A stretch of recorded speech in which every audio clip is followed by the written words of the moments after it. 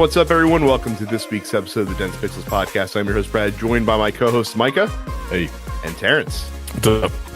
So, nice light week this week, because, like I said, you guys got us for almost 2.5 hours last week.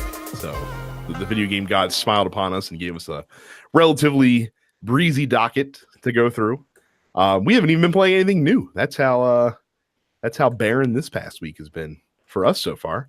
So we'll talk about new releases because there's a couple of games that I know that you guys and by you guys I mean our listeners are surely excited about that are coming out this week. Let's get the trash out of the way first. World War Z comes to PS4 and Xbox One. The Final Fantasy X 10-2 HD remaster comes to Switch and Xbox One. It's been on PS4 for a while. Cuphead, that also ran game, is coming to the Nintendo Switch. Probably the best platform that you could play it on, in all honesty.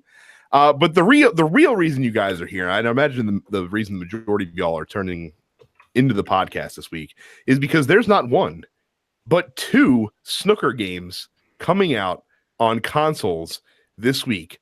That's right. Snooker 19 and Snooker Nation Championship are both releasing in the same week. I can't believe it, guys. Like I can't believe that we have not one, but two snooker games to look forward to playing this week. I don't know which one to get. Is this billiards?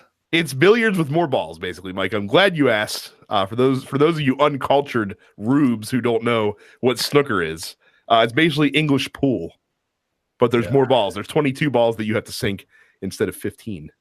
Yeah. Okay. 22. Yeah. On a pool? On a pool table. It's a bigger pool. It's a bigger table, though. It's a bigger table. So, but it's still got 6 pockets. Yeah, it's a huge table. It's God damn. Like you thought tournament size pool tables were big. This is a snooker table dwarfs that. Wow. Snooker. 2 snooker games. Not one, but 2. 2 of them. 2. Snooker's I don't even have a bad joke for this. I don't know. I imagine Snooker 19 is going to be the better of the two because that's also getting a retail release this week as well. So I would imagine that's probably the best one. But I mean, still look at Snooker Nation Championship too. I mean, you can't just ignore that. You got to at least check it out and see what that's all about. Where do you find these terrible games? This was on the official PlayStation list that they publish on their blog every single week. Wow. I did not have to go out of my way to find Snooker 19 and Snooker Nation Championship for you guys. Goodness gracious. Microsoft doesn't even publish one anymore. Did they? That's... Well, because they don't have games coming out. So they might not as well waste the digital link. So I understand why that's the case. But this is ridiculous. Yeah, it is. So many fucking balls. So yeah, why? You snooker fans out there can finally rest easy as your game of the year releases this week. Wow. So into quick hit news. Of course, the big news that shook the gaming world this past weekend during Star Wars weekend, Star Wars Jedi Fallen Order got its first trailer. This is, of course, the new Star Wars game coming from Respawn Entertainment and EA. Releases November the 15th. It is going to be a single player only Star Wars game, and there will be no microtransactions. I don't believe you. That's what they said. I don't believe you. I'm just quoting. So, you know what's weird? I'm a little let down by that news. I'm so broken. This new age of modern games has broken me so that just hearing that the single player story driven game that's probably going to last between 10 and 15 hours, like, has me thinking, like, that's it? Like, I'm going to pay $60 for that? I don't know. I didn't bother to watch the trailer because I heard there's nothing really to watch. No, it's just it's a CG trailer. People are losing their fucking minds over this trailer. It's just a CG trailer. I have it on in the background now, and there's no gameplay, and there's not even like a hint of what the game could be about or what type of game it is, and it's just a cutscene. Yeah. And I think that Star Wars fans are like hardcore Star Wars fans are some of the worst human beings in existence. But they're so starved for something good video game related that like the fact that this trailer look hard, is enough. And I don't know, man. I just can't. I need a little bit more. I need a little bit more. I mean, look, this is just like Borderlands for me. All right. Like, I saw that trailer for Borderlands. Like, all right, it looks like Borderlands. But then the second it was available for pre-order, I bought the most expensive copy I could. So look, I'm a hypocrite. I know it doesn't make me a good person, but I'm just saying, like a trailer's supposed to get you hype. And maybe it's me, but I'm just not hype yet. I'm not hype yet. Well, I'm not a Star Wars fan or anything like that. And I'm also not a fan of trailers that have nothing but cutscenes in them. So this is like just out of spite, even if the game looks good, I might not even buy it. Because I don't like this shit. I just don't, like this is what's so special about this? It's Star Wars. It could be like a CGI television show. Terrence, there's wall running. There's wall running, just like in Titanfall. I just saw that and I said, holy shit, please don't let this be Titanfall with a Star Wars skin on it. It's probably going to be. I'm going to be upset, man. What it's supposed to be? Is it a first person? No, I don't. I can't imagine. I can't imagine that it is, especially because if you're going to be a Jedi, you're going to have a lightsaber or two. So I'd imagine it's probably going to be a third person. I mean, that would be a good angle if you first person game where you had good lightsaber combat. I don't fucking know. Whatever. I don't care. Yeah, I don't give a fuck. Like, I thought people were wilding out because there was like gameplay footage of this badass fucking Star Wars game. And then I literally just watched it 5 minutes before we started recording. And I'm like, this is it? No, they were excited because they have basically seen a spiritual sequel to Force Unleashed. What? I liked Force Unleashed 1. Guess what? Those games aren't good. The first one was fine. Nope, it's not. It isn't. The first one's fine. I've detailed my issues with that game on this podcast in the past. It's not a good game. It is the first one. Is there any good single player story driven Star Wars game? Sure, KOTOR. Force Unleashed is fine. KOTOR is KOTOR. All right, I'll give you that. Can you name 5? No. Can you name 3? Nope. Can you name 1? Like I said, there's 2 KOTOR games. And that's, the second one, I mean, you're being real generous if you say that's a good game. To be fair, I've never played the second one, so I can't speak on it. I'm assuming it's good because people have an affinity for that series. They do, but they, when KOTOR comes up, nobody says, "Yo, KOTOR 2, remember that? That was my joint." No, they don't say that shit. They say the KOTOR 1. That's the one everybody remembers. Actually, fine. I will name a second good Star Wars single player story driven game.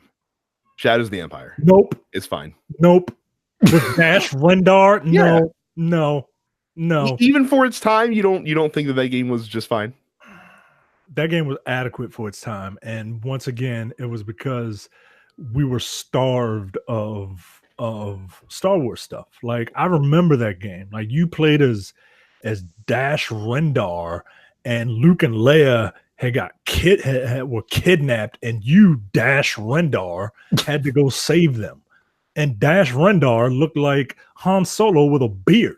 I mean, he was Han Solo because that game literally took place the story of that game takes place while Han Solo is frozen in carbonite, so they needed a analog, right, in place for him. I mean, and look how far back you had to go. Yeah, 20 years ago. Over 20 years ago. So the prospect of something being good is it's got everybody jazzed. And look, I'm not here to rain on your parade or cry in the background. I'm just here to I'm just saying I'm not hype yet. Keep your expectations in check, because again, it's do not, even when you do see gameplay, do not allow yourself to buy into the hype until the game comes out, because again, when you see the gameplay of this game, it is going to be a very trimmed, very purposeful vertical slice of gameplay that is going to make that fucking game look as cool as it possibly can. And it's not hard to make a game look cool when you're spinning a lightsaber around fucking dudes up. Right. But if that's all you're doing over and over and over again for the entire game over 15 hours, it's not going to be very fun. They made a Star Wars Connect game look good with clever editing and pinpoint choreography. So they can make anything look good.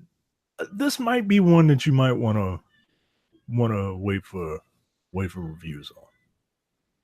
Just, Yes, Micah, that is something that you probably want to do instead of running off and pre-ordering the game.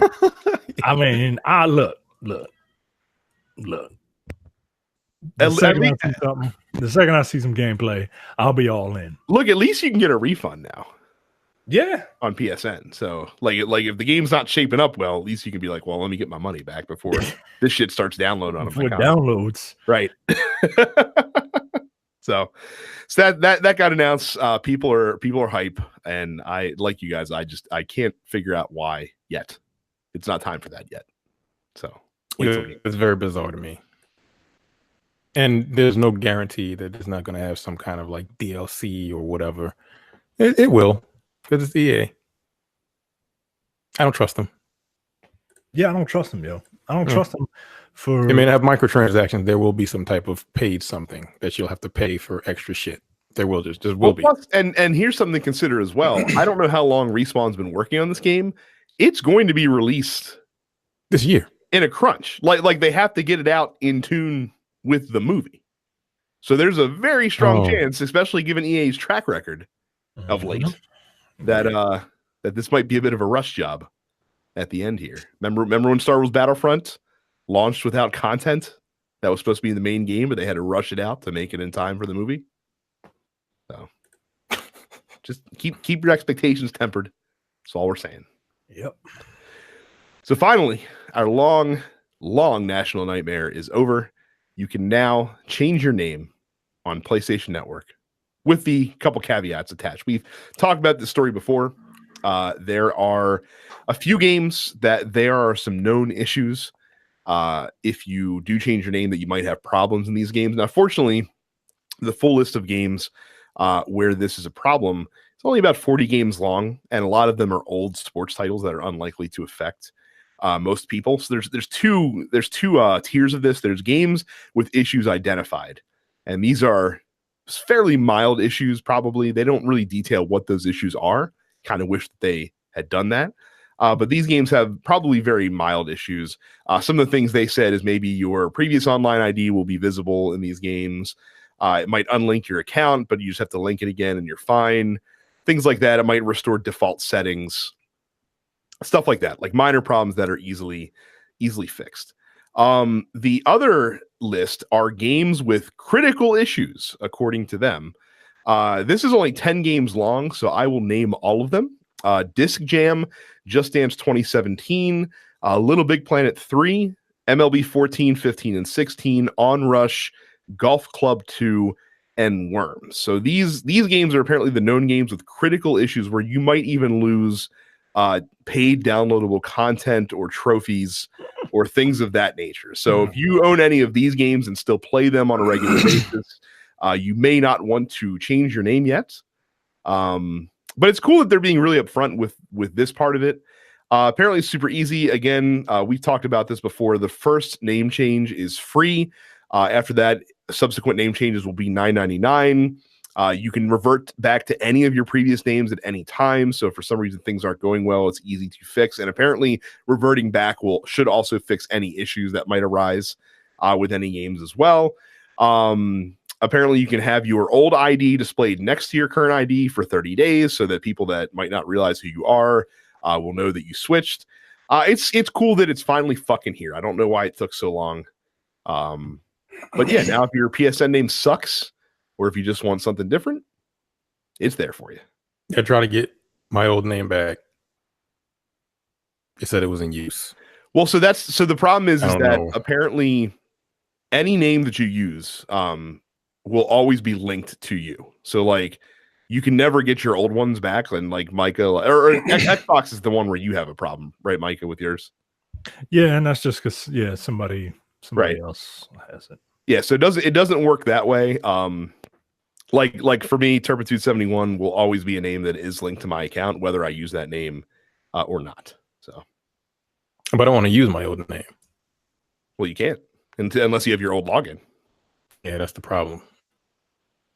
I don't remember what the fuck it was. Well, that is gonna be a But problem. the thing is, I don't know. Whatever. That was the whole reason why. Because Xbox did a dump, right? A couple of years back, they did a dump for names that were no longer being used, just at all. They were just like, okay, these names are going to be dumped back into the pool of names you can use, and that's how I was able to get my old name back on Xbox. So this is not the same thing. They're just saying. Well, so apparently, I can't remember if we've talked about it on this show or if I heard this on another podcast. So the reason why it doesn't work the same way that Microsoft works is because when you set up an account with Microsoft, your user ID, for all intents and purposes, doesn't matter, because when you are with Microsoft, your name in their eyes, like on their servers, is like 1, 2, 3, 4, 5, 6, 7. So no matter what, just front-facing display name you use in Microsoft servers, you're always going to be 1, 2, 3, 4, 5, 6, 7. Your display name is like superficial, but PlayStation does it where that your like the display name you use, your screen name, is how they know you. So it's not easy just to switch it around and free it up for somebody else, because that's actually linked. That's like your personal identifier to PlayStation. So apparently it's not possible from like a system level to do it that way. That's whack. Yeah. So unfortunately, like I said, unless you remember your login, your old name is lost to the ether forever. That's bullshit. Which is a bummer. So I've not done this yet. A couple of friends of mine have. They said they have no issues. And to Sony's credit, they do like warn the shit out of you as you're going through the process and like give you links to the list of games. So basically, if your game gets fucked up, you can't come back and bitch to them, because they took every precaution that they possibly could to let you know what was going on. So, but that's here now. I'll probably change mine soon because I've been wanting to change it anyway. I want the same name on every fucking account. So we might be doing that sometime soon here. Speaking of Sony, according to a report from Jason Schreier, whom we will hear from later in the show as well, it is Sony who nixed Bungie's plans to announce cross-progression saves for Destiny 2. He said on a podcast, and I'll quote him because he was speaking off the cuff, I heard that Bungie wanted to do character transfer for PS4 and PC before Destiny 2 Forsaken came out, but Sony wouldn't allow it. Sony's just like, we want people to associate Destiny with PS4, even if that means screwing over other players, end quote. Is Destiny associated with PS4? They have an exclusivity agreement for some in-game content. Yeah, I know that, but is it associated with the PlayStation? I don't think so. I mean, I think most people, if you ask them, if you played like word association, would probably associate the two. Just with the marketing and stuff like that. I don't know. I literally don't remember Destiny marketing. I do remember the exclusivity. I remember the commercials, but like, I don't remember it saying exclusively on PlayStation 4. It's just Destiny. It's like whatever system you have, whether it be Xbox or PS4, that's the one you're going to associate it with. But in the marketing, the signature at the end of the commercial is the blue PlayStation, like bloom, like that's what happens at the end of the marketing. But nobody pays attention to that. Like, I think, like you said, I think Destiny is just kind of associated with Destiny, right? I mean, So there's he nothing. failed. There's nothing crazy in this news. Like it's the same story we've been hearing all the time. That Sony's the one putting up barriers to this, to all this cross-platform stuff. And I get it. What do you think the real reason is? Not because they want people to associate Destiny with, PlayStation. Well, no, they want people to continue playing Destiny on PlayStation. There was a ton of people when Destiny 2 came out on PC that switched to PC because the PC version, if you have a computer that can run it optimally, is the best version of the game. I mean, you can run it at 60 frames, at more than 60 frames per second. You can run it at 140 fucking frames per second if your rig can handle it. You can output in 4K HDR. And most of the like Destiny pros, most of the streamers all moved to PC because that was the more optimal way to play. Would have been super cool if you didn't have to start from scratch when you did that, and you didn't have to start from square one with all your characters if Sony lets you move your platform over. But again, they want to make sure that as many people as possible continue to play on PlayStation. Do you think Bungie will be big enough that they can do like the thing that Valve does, where it's just like Battle.net, where it's just like Bungie Net, right? And you can upload your saves to Bungie Net or something like that. I don't know. I really don't, and here's why. So people are like, oh, now that Bungie's free of Activision, they'll be able to not worry about these exclusive agreements. And I'm sure they might like to do that. Here's the problem. Yeah, they can't afford it. Marketing costs a lot of fucking money. Right. And it's a lot easier to pay for marketing when you have a partnership with somebody that can cover the bill and wants something in return. I don't think you're going to see the end of platform exclusive content for Destiny. Even more so now than before. If the shoe on the other foot, do you think Microsoft now, with their buddy relationship with Nintendo, they've shown that they can, reach across the aisle, for lack of a better term? Do you think Microsoft would have done something like this? Sure. Because like I said, if you're playing on PC, you're still playing on Windows, right? Oh, well, hey, there you go. Yeah, I saw people getting a little upset at this. And I don't really know what for. I mean, and to that point, like what's done is done. Like at this point, if you wanted to move to PC, you've done it. You've built up your character. It's kind of a moot point now. You know what I mean? Yeah, I mean you shouldn't have to, but no, yeah, you should have to. Look, my frustration is from people who, because I'm trying not to sound like a Sony fanboy, but much of my frustration when I hear people complain about stuff like this is that, the company doesn't care about the gamers or they don't. It's business. Yeah, they care about your money. Yeah, it's business. It's a business decision. I understand the frustration, but I also get it.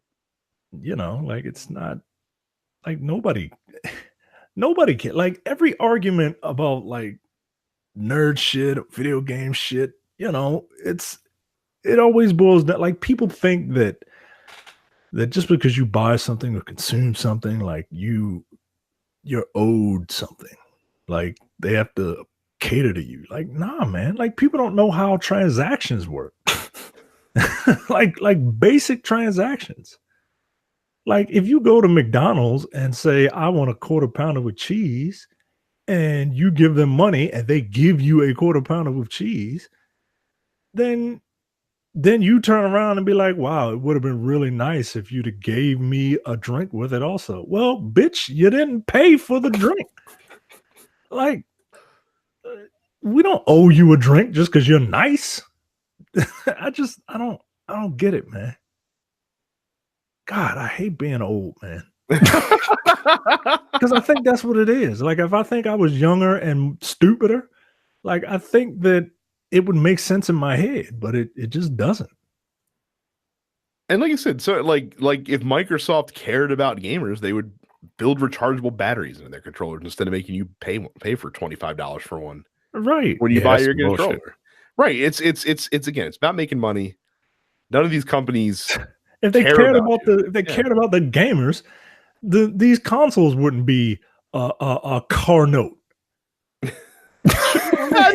They probably would, just because the tech that's in them is No. If you really cared, if you were that altruistic, just give it to me. Now you're throwing out really fancy words, Micah. This reminds me of the old Epic Store argument with people whining because they have to download another fucking launcher. Yeah, like With Borderlands 3 is going to be an Epic exclusive for right? a time, yes. For like the first year or some shit. I don't know. So it's a long time, and people are well. I don't get it. I want my libraries all in one location. I'll buy a console then, Master Race. Like, what the fuck? And like I said, I think it's Justin that made this comment in their fan group. And if it's not Justin, I apologize to whoever I'm forgetting. But apparently, you can like run some sort of program that lets you play your Epic games in Steam. Like there's workarounds around it if you really care that much about these things. So or like for chatting and stuff, like you can use Discord. Like there's ways around all this stuff. I get it. Yeah, everyone uses Discord on PC, from what I know. I don't even know what the fuck Discord is. I just know that's the chat program of choice for all of them. So, but again, like I said, these companies don't care about you in a moral sense. They want your money, and they will do things to make you spend money with their platform. And if that means that they keep your Destiny account data locked to a specific platform and you have to start from scratch if you want to play on a different platform, that's just the way it is. I don't see anyone like, oh my God, why won't they allow cross progression to Xbox? This is bullshit. Like, no, it's because it's PC and they wanted to play the new version, but they didn't want to have to grind out another 50 hours to get their character back to where he was. And I get it, but it's not something that you should expect. Right. So, and that could be like any game. Right. Like I've bought multiple copies of games on different systems. I don't I don't know, yo. I don't know.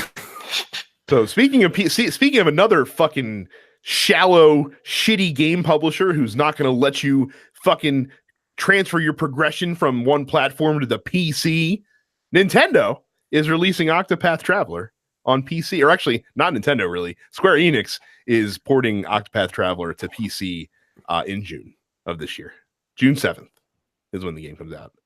So cool. If you don't own a Switch, but you like this style of JRPG, highly recommend Octopath Traveler. It was great. Except for the last boss, according to Carrie, was awful. But aside from that, it's a great game. And like I said, if you don't own a Switch and you want to play it, check it out on PC. Even though your progression won't transfer if you do own a Switch. So sorry. So before we get into the topics this week, don't forget to go to youtube.com/densepixels. Click the subscribe button, ring the bell icon. You get this podcast in video format on there every single week, along with any Let's Plays that I stream and any other video content that we post. Don't forget to go to densepixels.com/premium and sign up for the TNP Studios Premium Network today. Just $5 a month or $50 for the entire year gets you access to our premium slate of shows, including a recent episode of The Men with the Golden Tongues, where we did the Tournament of Villains, and we will be reviewing Mission Impossible 2 next month. So look out for that. It's going to be a fucking wild ride when we do that one. I know Jay will be on that podcast as well. It's always a good time when we bring on Jay onto Men with the Golden Tongues, because it usually means the movie's either a fucking shining example of cinema or a heaping pile of trash, and I will let you guess which one this is for Mission Impossible 2. Spoiler alert, it's a shining pile of trash. It is a shining pile of trash. You're right. And then make sure that you download Dense Pixels and all the other TNP Studio shows, including the Nerdpocalypse and Black on Black Cinema and Coming Distractions on whatever podcatcher app that you use. A lot of Coming Distractions podcasts releasing this week for a bevy of different movies that have recently released. So look out for that. And apparently you guys had a banging episode of Black on Black Cinema that released as well. I've not gotten a chance to listen to it yet. So it's hilarious. So Micah, I didn't ask you, but I made an assumption that you'd like to talk about the Jason Schreier Dragon Age 4 article. That was a follow-up to his article about the working editions at BioWare last week. Yeah. This dude is like a modern like video game deep throat. and he's coming in and he's spilling the tea, as the young people say. This was hard to read, because on the one hand, it's like, hey, maybe we should like take a step back and really think about how to approach Dragon Age 4. And at the same time, like it doesn't feel like Dragon Age 4, like the game was essentially supposed to come out a while ago. Like what, 2017, I think the article said. Well, that's when the original version of the game got scrapped, apparently. Yeah. And then they had to hop off it to work on Mass Effect Andromeda, and they did whatever they could with that. And then everybody had to hop onto Anthem, and like some of the stuff in here that he's reporting is just disheartening, man. Like how EA is focused on, games as live services, even for something like Dragon Age. And it doesn't, like, things like that don't make sense. And he said that one person described what the new Dragon Age would be as Anthem with dragons. It just gets me mad, man. So I guess we're at a point now where nobody really knows what's going on with Dragon Age. And look, take as much time as you need. Like, BioWare needs to really get back on track. And it seems like it's mismanagement in both teams. Like, I know everybody wants to blame EA, but like it just feels like EA is the person that's saying, look, we want microtransactions and live service games and figure it out, right? But like the day-to-day stuff, the media, the things that make the game actually a good game, that's on BioWare, man, and their mismanagement. I remember when Mike Laidlaw rolled out. It was like, yeah, I'm done. And I'm like, oh, that kind of sucks. But never did I think that it would be because of the working conditions, essentially. Well, and also it's a little worrying that he cut and run basically like right after they rebooted the game, and like they canceled what the game was, and then they're like, all right, we're gonna do this new vision. He's like, peace. Like, this is right. not what I want to be doing. Like, I don't want any part of this. That's what that says to me. Right. And I don't know, man. I don't know. I'm very worried. Do you optimally want Dragon Age to stay like an offline, non-live service game series, or do you welcome the integration of like a live service style game for Dragon Age? If it makes sense, it's fine. If it makes sense, if you're doing it if you're fundamentally changing what Dragon Age Inquisition was in order to fit this into some sort of live service motif. Like, if live service is the thing that's driving the development, I don't want that. And it looks like that's what's going to happen. And it's just weird. Like Dragon Age Inquisition, like, I love that game. And then to read that game was completed on a wing and a prayer with random multiplayer thrown in that nobody played. Yeah, that was a waste of fucking money. Right.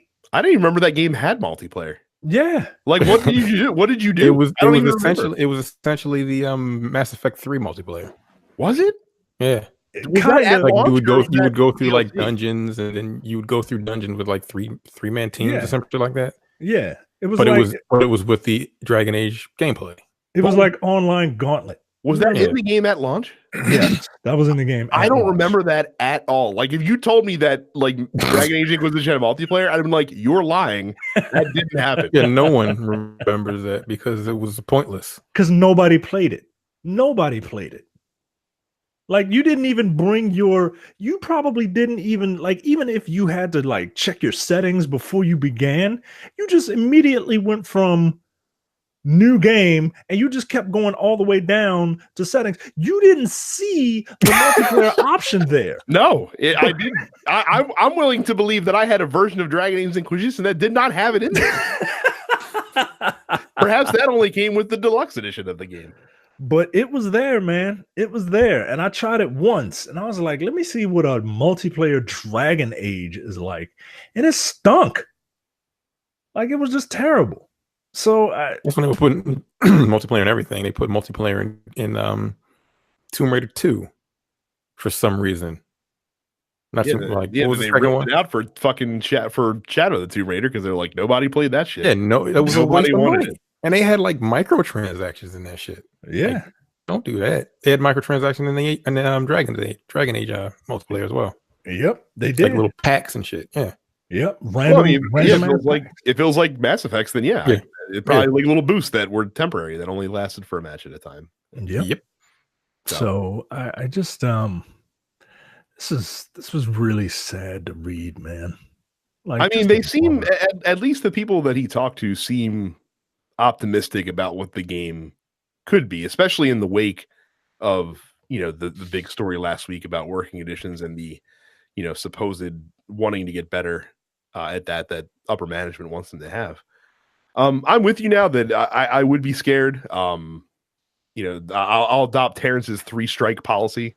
Andromeda was strike 1, and it sets you back. Anthem is what eliminates the benefit of the doubt, basically, that they got before, and now they kind of need to prove themselves with this next big release, and in the fixing of Anthem as well. Like, people aren't going to let that just fucking run off with. I haven't heard much about Anthem in the last couple of weeks. Yeah, I mean, you're not going to until they have something to report. I mean, apparently they have a live stream scheduled this week, so I'm sure they'll talk about some stuff there. But yeah, I don't think you're going to hear a lot from them until they have major, upgrades or major improvements that they can talk about in mass. You know what I mean? So, yeah, I'm with you, Mike. I understand where you're at, and it's always worrying to say, hey, we had this great idea and we were working on it and it was great, and then all of a sudden that gets blown up and completely thrown in the trash, and they're starting anew under this new EA, and this was pre Battlefront 2 where the design for this game started. So, like, they talked about like branching paths that, like, you wouldn't see traditional game over screens, but like, if you were to go down this path, like a choose your own adventure, essentially, they talked about the game having like heists and like, what is a live service Dragon Age gonna be? I don't want Anthem with dragons. I really don't, yo. Yeah, it's not gonna. But flying in Dragon Age will be really cool, right? GTA Online, when they do that, so. Like, when they talk about heist and shit like that, that's the first thing that jumps to my mind. GTA Online. Like, if they want to keep that type of stuff in there, like, what other options do you have? GTA Online Medieval Edition. Like, I guess they might take a Bethesda approach with the Fallout 76, only better. Who knows? But I don't know. All I saw was like live service Dragon Age, and I just laughed my ass off because I'm like, what the fuck are they doing? Is BioWare doing? Like, at this point, I don't blame EA at this point. Like, okay, EA wants you to put some kind of microtransactions into your games. Whatever, that's fine. Respawn did it. I know it's a free-to-play game, but Respawn did it with Apex Legends. But that game is really fun. And they're not story either. So yeah, I mean, a full like, it's gonna have to have a story because it's Bungie. It's gonna have to have a better story than Anthem. It's going to be a live service game, and it's going to take place in like that motif. How is this gonna work? And that's the thing. When is it coming out? Like, they better wait. I wouldn't bring this shit out to like next console generation. I mean that's a very realistic possibility. And yeah, and here's but the like thing, don't like, even do it. I don't want to see it in like 2 years. because Anthem is such a deviation from what BioWare used to be, they could get away with not having that BioWare style gameplay. Dragon Age can't do that. Like Dragon Age has to still it's relatively be Dragon Age. Like Dragon Age has a pedigree. I mean, and that's the thing, right? Like like Dragon Age 2 was not good. And it just wasn't. Like you could tell that game, you could tell that this article says that the game was done in 14 months. You can tell because it played in just entirely different from Dragon Age Origins. It used a lot of recycled assets and it was they overhauled that game and it didn't work, but they iterated on it with Dragon Age Inquisition, somehow got a functioning game out of it that using their magic or whatever. And now that is the standard for which Dragon Age has to live up to now. And I don't know, man. I don't know. Like Dragon Age is a franchise that people should be describing their game in relation to you, not the other way around. You know what I mean? Like, you know how people describe like Under Siege as Die Hard on a boat? Like, yeah. Like people should be saying, you know, this is Dragon Age but in space, not this is space but with dragons in it. Like I just don't like Anthem with dragons. Shut up, yo. Like as much as I like Destiny, I don't want Destiny with dragons. Like I don't know, man. I don't know. Get it together. So yeah, BioWare's fucking up. Big time. Yep. Well, you said the rot was beneath the surface. We just couldn't see it for a while. Thanks, Jason Schreier, for peeling all that back. Thanks, Captain Buzzkill. So the story that I wanted to talk about this week is a really weird one. So Activision Blizzard is paying their employees to share health data with them, including data about their pregnancy. Now, there's a good reason for this happening, honestly. You know, Activision Blizzard is doing this because it is the more data they can gather, it's helping them save money on like their annual medical costs. Like apparently, since they started doing this, they've saved about $1,200 per employee in health insurance costs because collecting data like this allows you to better tailor your insurance offerings around services that your employees actually need and not paying for services that they're not using. And it is an optional program. It's something you have to opt into. It's not something that's automatically done.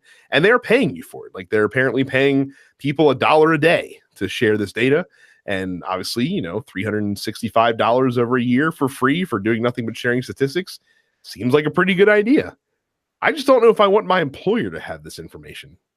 If it's me, like it's one thing if you are sharing the information with like an outsourced company that can then report to your employer on the trends that they're seeing and the information that they're seeing.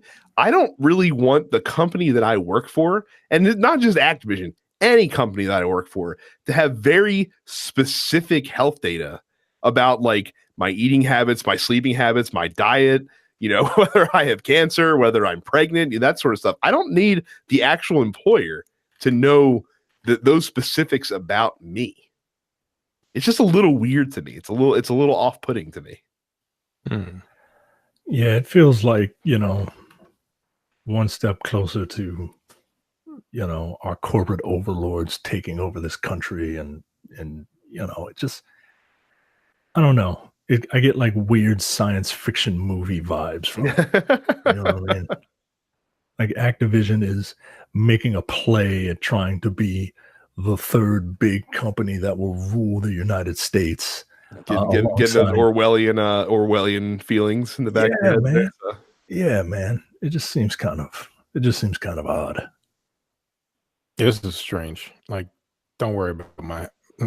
Because okay, they're giving them $1 a day for using this information, but after that, what are they tailoring their healthcare to that, or can they be like, "Nah, you unhealthy as shit. We got to let you go." I think that would be illegal. Like, there's no way I mean- they can do that. I just don't. I mean, companies can fire you like depending on the company, they can just get rid of you, right? They can, but most places usually have to have a reason, or otherwise you can collect unemployment, or you can sue them if they fire you without cause. So I don't think I truly I don't think they're trying to get rid of people, but like I don't need them to. Nah, fuck off. Leave me alone. Yeah, I truly don't think there's anything nefarious. Don't worry about why. I think for Activision, it literally is just a cost cutting thing. Like I said, I just don't know the comfort level of sharing that sensitive of information with the company that employs me, at least in a direct fashion. Again, if it's more of an indirect thing where, are you anonymous? I don't even want to say anonymous. Like, it's one thing if I'm sharing. So like, let's say I share the information with the health service company. Like my employer has a health wellness company that they work for that you can opt into that can help you live a better, more healthy life and stuff like that. I don't trust them niggas either. Well, like, you want to be perfectly fair, but I'm saying, like, so if they want to share general information about all of their employees in terms of like trends and data and stuff like that, that might be one thing. I just don't know if Activision needs to be like, Brad is doing this today and here's his diet and all that kind of stuff. It's like Micah said, it's a little too Orwellian for my liking. And again, I don't want to make it seem like this is all bad. Apparently this program has even helped 20 women that work for Activision that they thought that were previously diagnosed as infertile, help them conceive children. That's good. Like that's a great thing for people that want to be mothers. And again, it's just a cost-cutting measure. I don't think that they're trying to fucking like gather all these secret personnel files on their people. That's another part of it though too. Like, I'd imagine this information is somewhere inside Activision. Do you trust them to protect that data? I don't know. Like I said, in this day and age, it's kind of hard to have that complete trust. I mean, like, do you want Bobby Kotick to know if you're fertile? Like, ew, yo, ew. He's disgusting, and the devil. So yeah. I thought, like I said, I thought this is an interesting story, and I wanted to talk about it a little bit. It's very bizarre, though. Very bizarre story. Don't worry about what I eat, nigga. Leave me alone. I pay my goddamn health insurance. Overpriced. Right. They need to know. They need to know if they need to cover sickle cell anemia. That's how they know how many black people they have.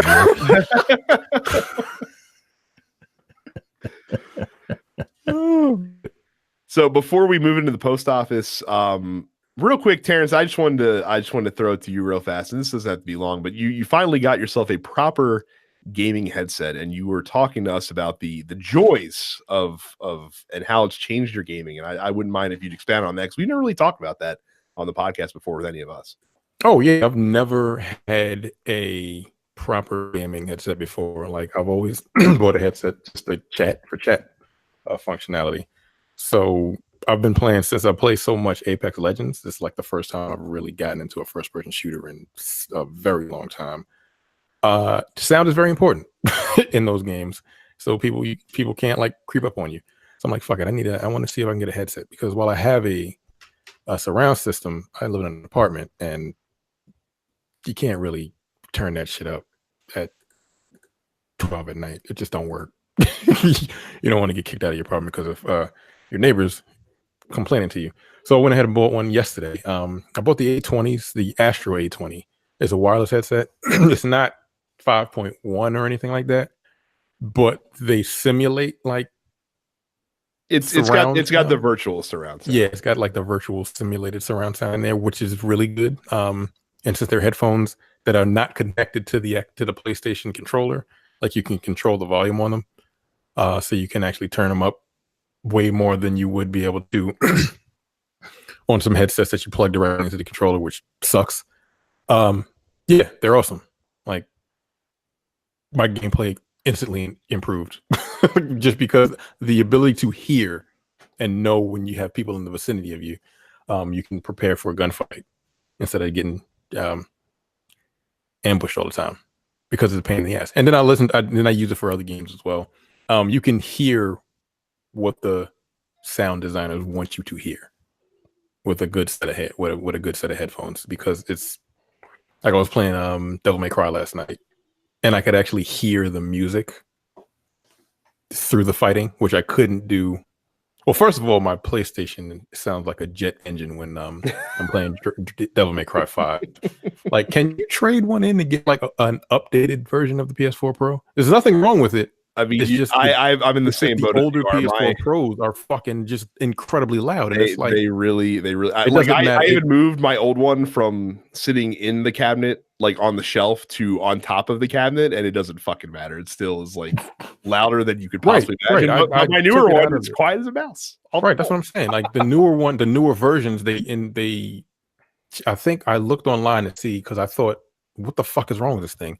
Then there's an issue with the heat paste or whatever they use in the older models, that it don't fucking work. So it sends your fan into overdrive. But the newer models that came out with I believe Red Dead 2, this past fall is when they started. Yeah, those are better. There's I'm like, yo, the system's perfectly fine. Like, can I trade it in for another one? It's the same thing, but I'm getting really fucking tired of having like to turn my goddamn TV up to hear the shit because my fucking system is so goddamn loud. Yeah, it's pretty much to a point if I'm playing on my downstairs PS4 that I have to wear headphones, because I had like that sound. I literally stopped playing Devil May Cry 5 because it's so loud. I'm like, I can't do this. But now I can because I have the headphones. So that's a PlayStation 4 problem, but like that's another thing that it improved on. I can actually hear my fucking game now, which is great. Stupid ass Sony. But no, like if you've never played with gaming headphones, like it's totally different, man. It's awesome. Like I really enjoy them, and they're wireless. Plug the optical cable into the thing, and I had to update it, and they gave you absolutely terrible instructions on how to do so. No headset gives you good instructions on updating them. Yeah, I had to look. That's a common problem. So. It tells you on the box, update for optimal performance, but then you've got to go through the giant fucking roadmap of instructions to figure out how to do it. I'm like, I'm not doing that. So I just Googled it, because they don't really they don't make it easy for you. You got to go to the website and download the command center or whatever. And you can actually tweak the settings for your sounds. It has 3 different sound settings on it. So you can tweak it for like music or like it's cool. I really like them. Money well spent. They were $120. They had the A50s. They were $299. I'm like, yeah, these are no fucking like that's insane for some fucking. That's the cost of a goddamn system. I'm not gonna tell you what I spent on my Elite Pro 2s. What? I've Turtle Beach Elite Pro 2s. I'm not gonna tell you what I spent. Not retail. I did not spend retail. Did I see those when I went there? No, I saw some very expensive headphones, and I'm like, yo, this is outrageous. This is outlandish. They're headphones. Hey, I use them every fucking day. So, money, like you said, money well spent. Yeah, but yeah, if you like Micah, I know you've got a child, but you need to listen to your child. You got to hear for your child crying. Yeah, I gotta. Yeah, but like if you've never had like gaming headphones, trust me, like they're well worth the money if you get a good pair. I don't have like fancy pairs. I have the ones, the Sony branded ones. The Sony branded wireless ones. And they're fine. They're fine. I don't get like fidelity that I would expect, but I can't really. Yeah, and look, even if I had the headphones on, I think you were able to hear him earlier, and I'm wearing headphones now, so like I can still slightly hear my loud ass PlayStation when I'm playing fucking Devil May Cry. You really do need a new PlayStation, because your PlayStation is blowing at the same decibel as a crying 3-month-old. Like it does. Like I took it out of. I thought it because it was in a cabinet. I I have a 2 terabyte hard drive that I have it connected because I thought it was because it was a hard. No, it's just the fucking system. Just the way it was designed. Like, do you have a PS4 Pro, right? But you have like a newer version. When did I get it? I got it before Red Dead, and I keep all of my games on an external hard drive. Yeah, all my games are in my external, but like when you're playing Devil May Cry, it's not super loud. No, because the second I got that thing, I said I'm never putting this in a cabinet. And I don't have it in the cabinet. But Micah, do you have the power cable with the 3-prong or the 2-prong power cable for yours? I have a 2-prong power cable. I have the one with the ground. Okay, so that's the old one. Yeah, it's the old one. Yeah. So. Wait. Yeah, it's the old one. So how the fuck does? All right, whatever. So ringing endorsement for the Astro A20s from Terrence. Yeah, they're good. When you buy your Astro A20s, make sure you do it at densepixels.com/Amazon. You will pay the same low Amazon price that they charge for the Astro A20s, but we get a small percentage of the sale. You help support your favorite video game podcast. Again, that is densepixels.com/Amazon. Might be the only reason I wanted to talk about the A20 headsets, because I could easily roll it into an ad read.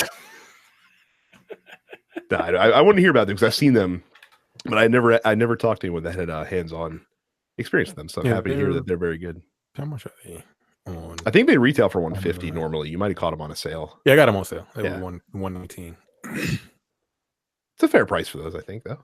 Yeah, they're pretty good. They're actually really good. I'm happy with the purchase. So we turn to you, the listeners, as we go to the Dense Pixels post office for the first time in a couple of weeks. We said to ask you to submit your questions. We also said that we would accept some wrestling questions to follow up from the WrestleMania podcast last week. We're going to start with Will, who asks, who is each of your guys' all-time favorite wrestler? The Macho Man is number one. And with a very, very close number two being Mr. Perfect. I was a big Mr. Perfect fan until he went to WCW and then started saying rap is crap. And then I equated that with racism. And then I'm like, oh, okay, well, you're a white guy and you don't like rap music, and rap music is done by black people. Ergo, you don't like black people and I'm black. Ergo, Mr. Perfect doesn't like me because he's a fucking racist. Fuck you. That's how my mentality was. Still kind of is. And, but yeah, no, I've always been a Macho Man guy. I like the look. He had a cool voice. He had his woman, and he loved his. Will you marry me? Like, oh, that's just adorable. And I bought into all that shit, man. Before you talk about yours, Terrence, Micah, have you, or both of you guys, have you seen the Viceland episodes they've dropped, like the behind the curtain or whatever they're calling it? I didn't see the Macho Man one yet. I watched that fucking Bruiser Brody one last week. Jesus Christ. Yo. First of all, that dude was insane when he got in the ring. I mean, I'm not going to say he caused his own death, but like, you can't just be beating niggas' asses in the ring like that, like for real, and expect them to be like cool with it. You find a Mexican dude that stabbed the shit out you. Like, the Mexicans like them knives, chill out. That was racist, but whatever. Fuck it. I don't care. The guy was Puerto Rican. It's super racist. Oh, whatever. Puerto Rican, Mexican, they similar, right? I don't know. But anyway, yeah, I want to watch the Macho Man one because he was in my top. Yeah, he was one of my favorites. I don't know who the hell. Do I have a favorite wrestler that like? Whew, that's a tough one. I was a huge Macho Man fan. Plus, part of me always thought that Macho Man was black, just because he had like that deep ass tan all the time. Far from it. Right. Yeah. It's like Poffo. That ain't a black name, right? But, who the fuck? And he would be on like Arsenio, and he had this real good rapport with Arsenio Hall at one time. I'm like, yo, come on, yo, let's the Macho Man. Yo, Macho Man, that's my dude, man. Not a racist. Like, I know you're not. What about when he started rapping? Yeah, yo, come on, man. Like, yo, Macho Man was black, yo. Be a man, Hogan. Like, okay. Man, Hogan. Yeah, that was a terrible song. But can cut promos better than anybody of his era. What's Hogan got? Yeah. What's Hogan got? Oh, what you gonna do, brother? And well, you know, Mean Gene. Let me tell you something, Mean Gene. Like, all right, yo, all right. That motherfucker. They gave that motherfucker some coffee creamer and said, "Here, do a promo," and he did, and it was the best fucking thing in the world. Get out of here. Yeah, I can't. I really can't think of anybody more wrestling in the ring or just like overall. I mean, overall wrestling. Yeah, overall. I'm gonna have to go with Macho Man. I did really, really like The Rock when he was big, man. I was a huge Rock fan. Everybody liked The Rock. You know what I mean? I don't know if he was my favorite, but I really like once he came into his own. Now the question is, were you a Rock guy or were you a Stone Cold guy? I was a Stone Cold guy. Yeah, I was a Rock guy. Yeah, I was a Rock guy because I was pretentious and fucking full of myself, just like him. I could relate. You know what I mean? So I had the benefit of reading this earlier in the day. So I've had some time to think about it, and for me, it's probably Chris Jericho. Here's why. So his arc coincided with my viewing of wrestling. When I started to really get into wrestling is when he started to really take off, because shortly after I started watching is when the temper tantrum Jericho character came into play in WCW, and he was always one of the highlights every single week in WCW.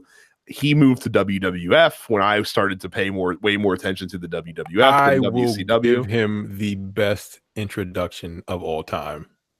Yeah, the best wrestler debut of all time. Yeah, the best wrestler debut of all time in WWE. That was my favorite of all time. Still to this day, I love that fucking. He was always an excellent in-ring worker. He could always cut a great promo. But the thing that I think is most impressive about him is that over the years, and especially in these last like 10 years or so, he has constantly reinvented his character. He's constantly changed things and done completely different things for his character in the ring. And every single time it's fucking worked swimmingly. He's always gotten over huge with the fans. And he's all like the dude took a fucking clipboard and made it into like one of the hottest gimmicks in fucking wrestling. Just by saying, you just made the list. Like that. And this is the he's been in wrestling for 25 fucking years. And he's able to do this. Like he was able to fucking get a heel persona over by cutting his hair and switching to short trunks and walk around with a bad attitude. He's the only person that I've ever seen go from completely, being welcomed back to open arms by the fans to getting nuclear fucking heat just by walking out to the ring and not saying a fucking word. Like, that's brilliant. That's brilliant. So, like, you'd be hard pressed to find a guy who has done more quality work over a long period of time in the wrestling business than Chris Jericho. Yo, he's 48. God damn. He's almost 50. Yeah. He's still doing it. Still doing it. Dad bod and all. Yeah. He really does have a dad bod, man. Wow. So let's Leopoldo asks top 3 wrestler entrance themes, and he mentions the Fabulous Rougeau brothers all-time great All-American Boys theme when they were a heel tag team. Oh, I don't know what that is. The Rougeaus, who are French, very French Canadian, if you couldn't tell by the last name, ran a gimmick where they profess themselves as All-American Boys. Very funny. I don't think we each need to do top 3 themes. I think we can each name one theme. So let's go with that. Our favorite wrestling themes of all time. All time Jericho's. That or DX. Those are my 2 favorite themes of all time. They just are. I would probably go with Jericho's Break the Walls Down. Mr. Perfect. I love that song. Like, I'll just walk around listening to that song. Who does that? Me. And Mr. Perfect would cut all those scripted promos where he would do everything and just like in one take, seemingly. Oh, what's that? A basketball hoop behind me? And he would just make it. I'll never forget the one where he fucking threw the 80-yard pass to himself. That's my favorite one of all time. My absolute favorite one of all time. And I can't remember which player for the Vikings he had with him, but those would always end with him like a star athlete watching him do this, and then they'd be like, "That's amazing," and he'd always run like, "No, that's perfect." I'm a fan of big sweeping themes that orchestral themes. You know what I mean? Like, because I feel like they stand the test of time a little more. Like DX is very much a product of its time. Break it down. Right, and then you see these 50-year-old men suck it. Like, all right. But if either one of those two, Mr. Perfect or Randy Savage, were alive, like the Nature Boy, you could see Ric Flair still coming out to that shit. You know what I mean? Like those themes stand the test of time to me. So for me, it's not a sweeping theme, but I think it's as timeless. It's funny you mentioned DX, and you're right. The DX theme is very much a product of the late 90s. Shockingly, I feel like the NWO theme would work just as well today as it did in the mid 90s. You know what? You're right. But it's got like a Jimi Hendrix like. It does, or like a 60s guitarist type of sound to it, which helps it. And I mean, and the fact that theme has been influential, you can definitely hear inspiration from that, like in the Undisputed Era theme today, for example. Like it's clear as day. You can hear where they were gaining that inspiration from. And like I said, it was a cool theme. It pops people the second they hear it, especially because you don't hear it that much anymore. So you don't get the opportunity to get popped by it all the time. Yeah. The fact that you never, like, especially back in the heyday of WCW, when you hear the music, you never quite knew who was coming out. Yeah, because it could literally be anyone, except for there was a couple of guys that did have their own slightly remixed version that had their own, like Macho Man's like would start, but then you hear the ooh yeah like over top, and you're like, oh, okay, Randy Savage is coming out. That's fine. Yeah. But just a really great theme, and like I said, I think it is timeless, and it's simple, and it's not overcomplicated. So that's it for me for my top pick. Moving away from wrestling, James asks, how do you feel about Activision's tax return this year? He sent a picture of 60 companies avoiding federal income taxes in 2018. Now, much is made about Amazon and companies like that able to skirt their federal income tax bill. So Activision had $447 million of income in the United States. Their federal tax bill was negative $228 million for a effective tax rate of negative 51%. They were tied with a company called ACOM for the lowest effective tax rate amongst U.S. corporations. Yeah, that's not a good look, guys. It's not a good look at all. But EA is the worst company in America. Let's never forget that EA is the worst company in America. Well, I mean, based on recent reporting, maybe. Well, I mean, yeah. but at least they're not skirting their federal income tax wages, eh? Yeah, there you go. That's like, how are we supposed to feel about that? What kind of question is that? Fucking pissed. And like I said, the problem there is not with Activision, because and really not with any of those corporations, because they're, and not to get too look forwardy on dense pixels, but they're just taking advantage of tax loopholes and benefits that are available to them. The problem is in the tax code, and that's what needs to be fixed.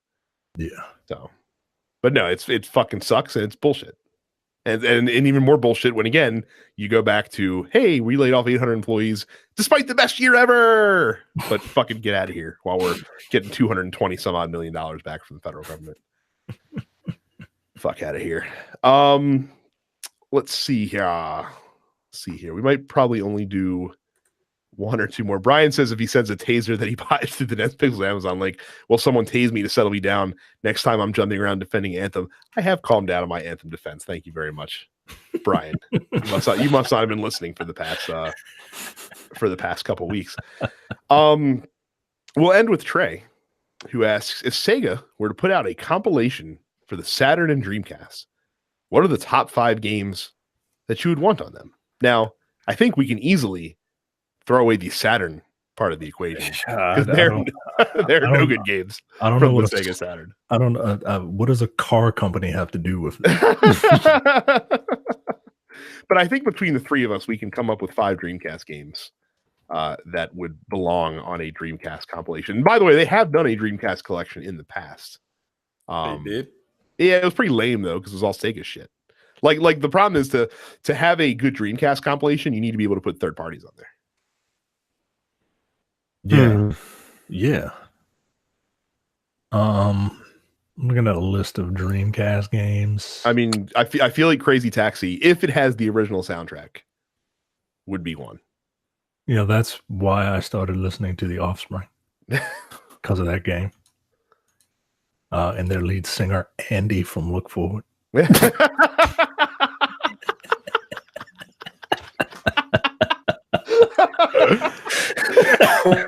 Johnny, you know it must be done. Yeah, Crazy Taxi was awesome. Shenmue was awesome.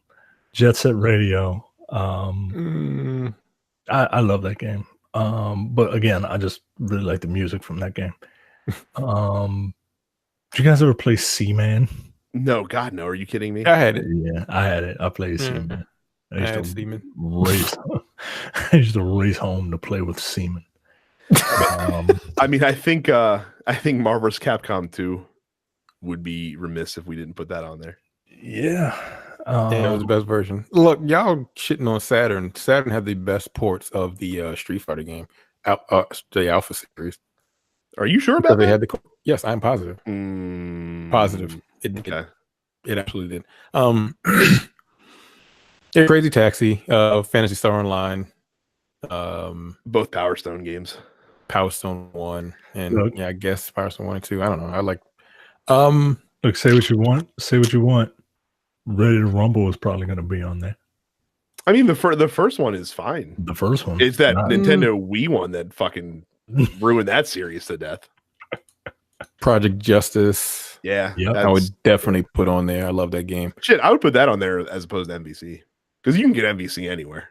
Yeah. Project You know what I mean? Justice is on nothing, right? No, it never got ported to anything. So why? That game is so good. First Soul Calibur, probably. Yeah, Soul Calibur, because that came out day and date, right? Yeah. To $9.99. Yep. Okay. You know, we're specifically not mentioning both Sonic Adventure games because fuck them. Yeah, I wasn't a Sonic Adventure guy at all. Yeah, I wasn't into furries. And that's what that game had. That game had a human woman making out with Sonic the Hedgehog. It's kind of gross. It's very gross. Well, I had a bunch of like Japanese wrestling games up on it as well. I mean, there's a couple of Fire Pros. There's Fire Pro Wrestling. I think I still have that. Which one did I have? Yeah, I have Fire Pro Wrestling D. I had Giant Graham Pro Wrestling. Yeah, there was a bunch. I had damn near every fucking game, every game on the damn system. Terrence, do you require Virtua Fighter 3 to make an appearance on this? No. Compilation. No. Okay. Unreal Tournament. Maybe. No, because the controller was absolutely awful for that game. Oh, really? No. How do you play a fucking first-person shooter with one stick? That's true. That's a good point. How do you pull that off at this point? Like, nah, yo, didn't work. So there you go. The same way they did it with GoldenEye. Not well. That's what you're saying.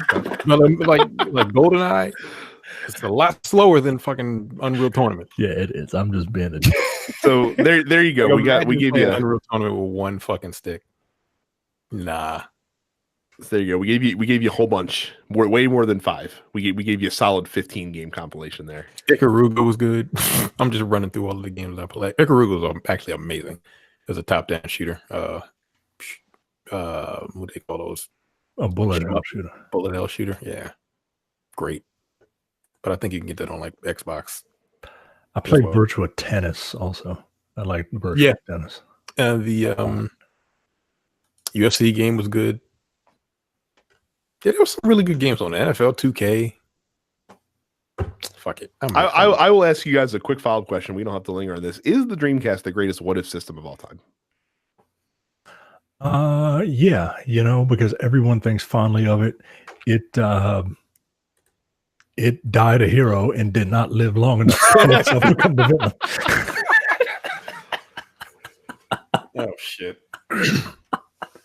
Well, yeah, I mean, I got a lot of playtime out of that thing. Like I could go through the entirety of that list and tell you what games I played and enjoyed. Yeah, it was a great system. Well, this was a great podcast that we are now done with. Don't forget to join our fan group, densepixels.com/fans. Follow us on social media, search for Dense Pixels. Whatever app you use to get your podcast, subscribe to us and the other TNP Studios shows. Subscribe to the show on YouTube at youtube.com/densepixels. And then make sure you head over to Twitch TV. Seek out Apparition 410 to check out Terrence. Seek out Suffit's Carry to check out Carry's gameplay. Terrence has been playing Apex and been streaming it. You can usually also find his streams in the fan group as well if you need a quick link to his Twitch page also. So that's it for us. Thank you guys very much for watching and listening. We'll see you all next week. See you. Take it easy. You're watching the Dense Pixels YouTube channel. Click the subscribe button while you're here and make sure you check out our weekly podcast where we discuss the latest gaming news and our impressions on what games we've been playing.